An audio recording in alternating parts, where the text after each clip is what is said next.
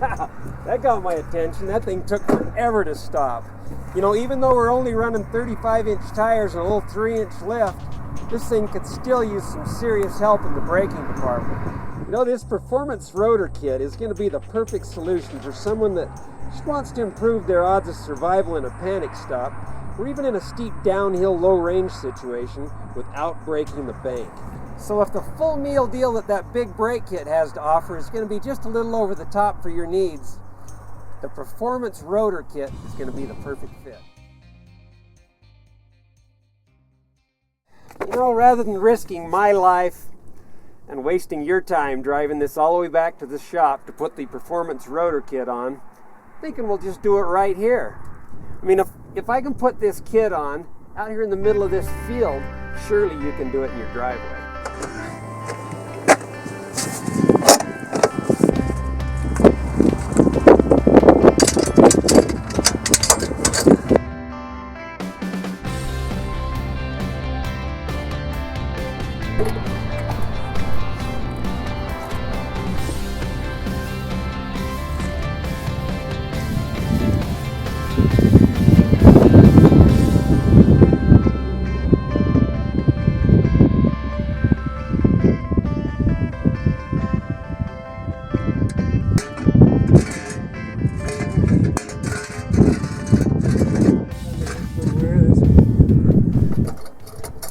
This 35-inch tire is enough that you can just barely get it off the ground with that stock jack.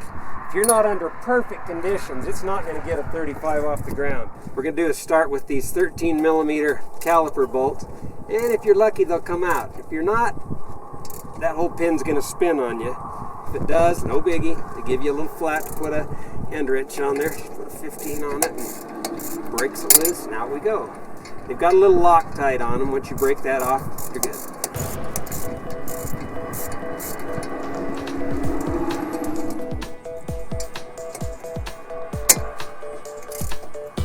Same story here. Alright, with both those out of there, we can go ahead and swing this caliper right out of the way. Look at those disc brake pads. If you don't have a lot of meat on that pad, now is a perfect time to just replace them. Just get it done. You'll have new pads, new rotors, and you'll be good to go. These are in great shape. They give you that little wear indicator on them. You can see how much more material we've got before that slot comes into where it's almost into the pad. We want to make sure we don't get any contamination on the surface of these disc brake pads. So don't touch them with oil or even the oil from your hands. Just keep those nice and clean so you have a good surface. And you put it back together, because in this case we're going to be reusing these pads. Just pop those out. Next up, we're going to remove these two caliper mount bolts. They're 21mm and they are tight. These things are torqued to about 110 foot-pounds. So before I take this caliper mount clear off, I'm just going to go ahead and start a nut on there just so that rotor doesn't come off and wind up on my foot. On this kit, what we did is just made this bracket taller so that it really just moves the caliper out away from this rotor.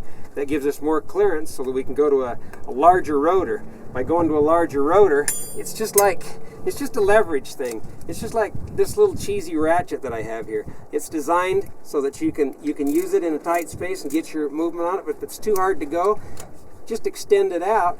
Now all of a sudden you've got all kinds of leverage and you can get a lot more power out of it. Okay, what we need to do now is we're just going to transfer all of the hardware from this original mount onto our new one. It's pretty easy. Just have a little boot on them and just slide that pin out.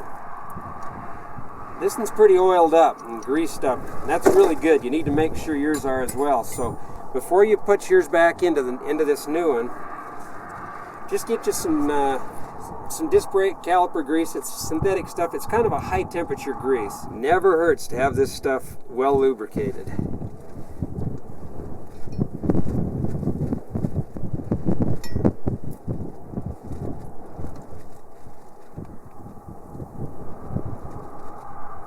There's really quite a noticeable difference between the two rotors.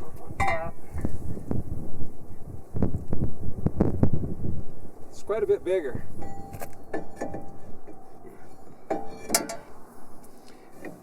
The rotor's been drilled with 2 sets of holes, 5 on 5 and 5 on 5.5.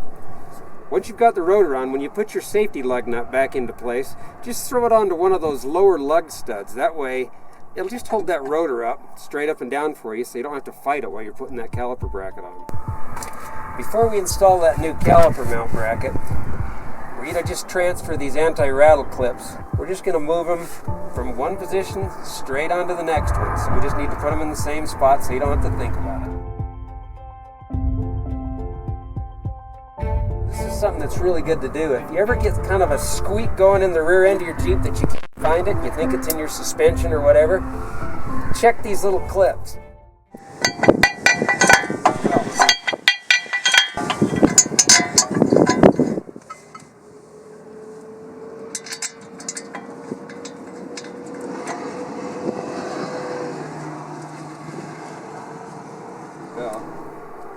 Go ahead and put a torque wrench on them. We're going to run it up to 110. And just lay into them. You don't have a torque wrench, just tighten those things hard.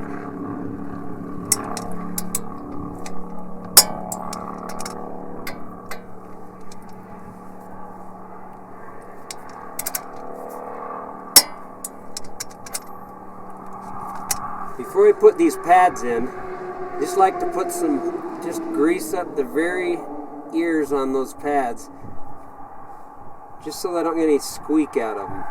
Carefully, so you don't get grease all over the pads from your hands. Just kind of be careful about it. You can put that pad into place. We'll do the outer one. Do the same drill. Just grease it up. This outer pad's just a little more tricky to get in. We can start that bottom ear first and just work it in there. It slides right into place. Final step is to reinstall that caliper.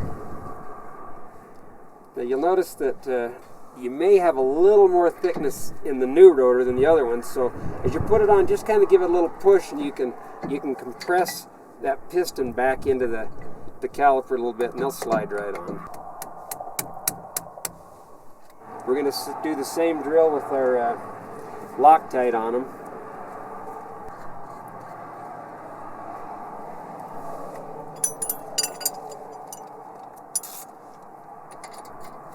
To our 13 and our 15.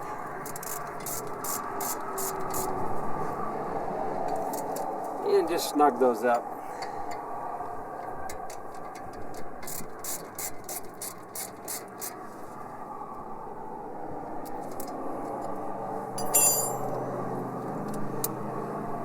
We're actually done.